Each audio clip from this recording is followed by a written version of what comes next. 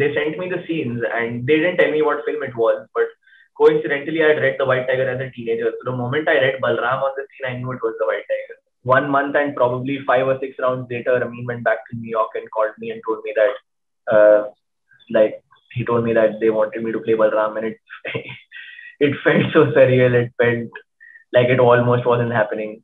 Every time he would hold my shirt like that, like my chest became like red. This entire area became like bruised after the whole scene. Hi everyone, joining us today is the star of The White Tiger, Adarsh. How are you feeling with the release of the film? Feel very surreal. Feel very humbled by everything that's come up, and all the conversations that I've had with people who reached out to me on Instagram, by people who've met me. And I also feel a kind of relief that the film is out, because you shoot for something and then it comes out after 1 whole year. So that 1 year is like I was feeling very impatient. Tell me, like, what is the response that you've got from the industry? Are there people who've reached out just for your acting? Yeah, there have been lots of people who reached out to me and congratulated me on the film and on Balram's character. And I don't think it'll be fair for me to take their names, but a lot of them have. Some of them are the kind of people that I aspire to work with. So I'm glad that my work has been seen and has been noticed by those kinds of people, especially. You've got this nomination for Best Actor at the Independent Spirit Award. All of a sudden, as an actor, you have this responsibility. It almost feels like a dream when I see my name next to Chadwick Boseman and Riz Ahmed. Yeah. Yeah, I just feel the point of any recognition or any award is just for any kind of storyteller, whether he's a director, actor, or a producer or a writer, is just that he gets more chances and gets more opportunities to tell the kind of stories that he's always believed in and wants to, but hasn't had the chance or the privilege so far. Adarsh, you said in one of the interviews that during your prep, you were in Delhi working at one of those small stalls. How did it help you with your character of Balram Halwai? I try to do this with every project that I'm part of. It's just that with White Tiger, I had more time, so I could invest in it more and I could sort of evaluate more options and decide what I really wanted to do. I think when I try to become any person, it's not just important to understand what he's saying as per the script, but also as far as you can, try to live the kind of life that the person that you're portraying has. Because acting is a very psychophysical process, and it's very important for my body to go through that, and not just my mind, but both of them to go through that process together. I think working and staying at the village and working at the food stall was important for me to recognize my middle class privilege and to understand what are the kinds of things that you feel are difficult, or what are the kinds of things that make you uncomfortable, or why you feel so strongly about not doing this and doing something else. Even for Mom, when I was shooting, I went a month before the shoot and I was staying at the DU North campus with my friends, and I would just step out every day and be out on the streets and talk to people so that I could get the language right, and talk to some more privileged friends of mine, the kind of privilege that Mohit Chadda came from in Mom. Talk about what your equation with Ramin Behrani was when you were filming, because I saw in an interview he said that he doesn't have that process of calling out action guts, so you don't really know what's happening. Did you play well to that situation? I think this world is very lucky to have a man who's as passionate about films as Ramin is. He lives and breathes it, and that's what he thinks about, and he lets it consume him completely. And he's so graceful that in spite of knowing the story through and through, he still had the grace to tell me that, why don't you find your own truth and explore what Balram is by yourself instead of just relying on a piece of existing literature. Before we started filming, I was present at almost every person's audition apart from Priyanka Raj, Mahesh sir and Vijay sir. I was present at all of their auditions, which was like a net practice for me, where I would try the scene in different ways, see what's working, what's not. But even if something works, he would never tell me that, okay, this is how we do the scene when we actually film it. He would still give me that space to explore on set. Apart from him, you also had actors like Rajkumar Rao, Priyanka, so many others. Tell me a bit about how did you draw from their energies on the set? I think a role like this comes once in a lifetime for any actor, and I just feel very fortunate that Tess gave me that chance to audition for a part like this, and it was my first audition with Tess. Of course, the first time I was meeting Priyanka and Raj, I was feeling very intimidated when I would, because when you're like, especially when I was on the way, I was in the rickshaw and going to Priyanka's house, and I just had flashbacks of all these things that of all these films that I'd grown up watching, and I was like, wow, I'm actually meeting Priyanka Chopra. But once I met her and even Raj, both of them are such grounded and humble people, and they're such genuine people. I feel I'm fortunate to have known them not just as actors but as in person, and they're both extremely driven, extremely dedicated to their craft.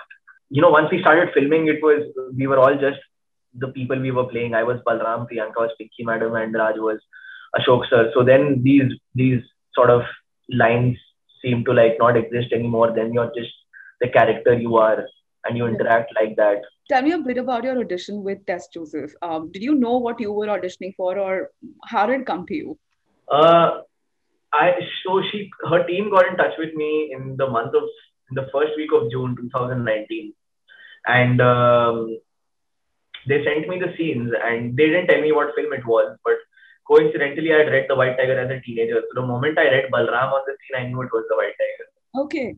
So I asked them if I should read the book again, and they said, don't, just read the scenes. And very honestly, I just read the scenes, and to even think that I would get to play Balram it seemed like a distant reality. So my focus was just on to give a good audition, and to make sure that I gave like a good enough audition for Tess to call me for more roles, for more auditions. That was my only motivation at that point in time.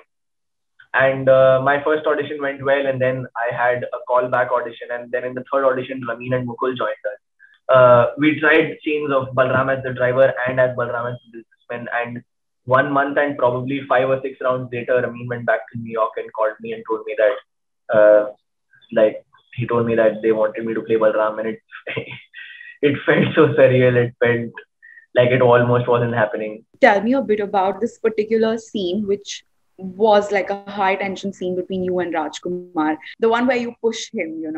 Oh, yeah. That's like one of the high points of the film. Tell me a bit about what was it shooting that? It was painful because Raj is a Taekwondo black belt.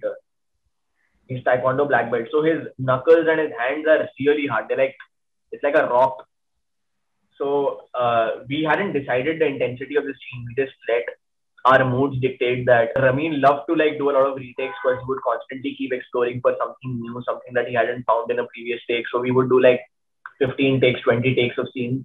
And because he holds me by my shirt, of course, he was being very, as an actor, when you're doing an action, this was not an action scene, but when you're involved in any kind of physical combat with any other co-actor, your co-actor always ensures that you don't get hurt. And Rajbhai made sure that I was as safe as possible. But because his knuckles were so solid and strong, every time he would hold my shirt like that, my chest became red. This entire area became bruised after the whole scene. If I hadn't experienced that, I don't think I would have said, because the lines weren't that. Oh, okay. The lines weren't. Yeah, I mean, a lot of scenes we deviated from the lines, and we kind of said what we were feeling in that moment. So when I say, sir, don't hit me, sir, mera collar chodo, sir, I was genuinely saying that because I was genuinely uncomfortable. It was a tough yet a very fruitful scene for us, because I think it looks very, very real on screen when you see it. Have you been reading about certain things that people are saying about the caste dynamics that have been projected in the film? Is that a conversation that you've thought about now in retrospect? There are people who are saying that it's the film refers to a half-baked man and small bellies and big bellies, but in all of that there is this huge caste intersectionality that has been missed completely. I mean, the film is based on a book that was written in 2004 or 5, and it came out in 2008. It was how Aravind Adiga saw India and the world at that point in time. That was his reality, or rather that was his perspective of the world.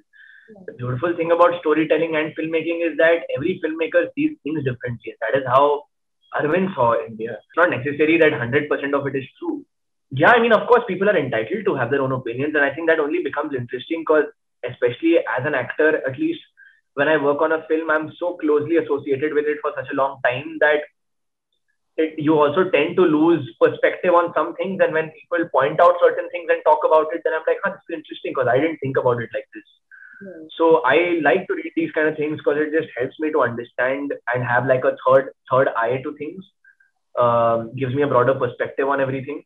Others, you were also a part of a film like Rook, another critically acclaimed film. When you did that film, and it probably didn't get as much attention that you probably would have wanted for your first major project, is that something that you gave a lot of thought to, or was that something that didn't bother you at all? I knew that I was part of a really powerful story, and I was working with really hardworking and honest people, and people who believed in films much more than I did. Atanu and Pooja, Atanu the director, Pooja the DOP, and Drishyam Films who produced the film. If I hadn't done Rook, I wouldn't have learned so much that I have of the film. And the reason I'm here, the reason I could audition for White Tiger is because I did Rook.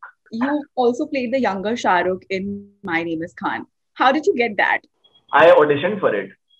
I auditioned for it in 2009, and I was auditioning for a year before that for different films, for ads, and this was the first audition that I cracked. So yeah, that's how I got First it. ever did. Yeah, this was First my ever. first break on camera. That was my first working experience on camera. Right, right. Yeah. What is it like? Is there something striking that you remember from that time? Something that stuck with you? I just remember the first time I saw a vanity van and entering a vanity van because I didn't know that something like this exists, like a mobile vehicle which becomes your room where you can chill, which is air conditioned and which has a couch and which has a TV. So I was very excited to see a vanity van. I was very excited to see how people sit together and eat on a film set and like how amazing the food is. Uh, and yeah, that I mean, for my first film, I don't think on My Name is Khan, I was really thinking about my character or my craft because I was too young and Yeah. I was too inexperienced. And I was just very, very excited to be on a film set. What is the kind of cinema that you gravitate towards? I loved Ram Gopal Verma films when I was growing up. I loved Anurag, and I still absolutely love Anurag Kashyap's films, Vikramaditya Motwane's films, Vishal Bhardwaj, Abhishek Chaubey, Zoya Akhtar, Farhan Akhtar. These are the kind of filmmakers that really resonated with me, and I could really connect with their stories and their characters the most. So I think from the names that you've taken, we've figured out who you really want to work with also. And so many more. Thank you so much for speaking with us, Adarsh. Thank you for this lovely chat and good luck. Thank you.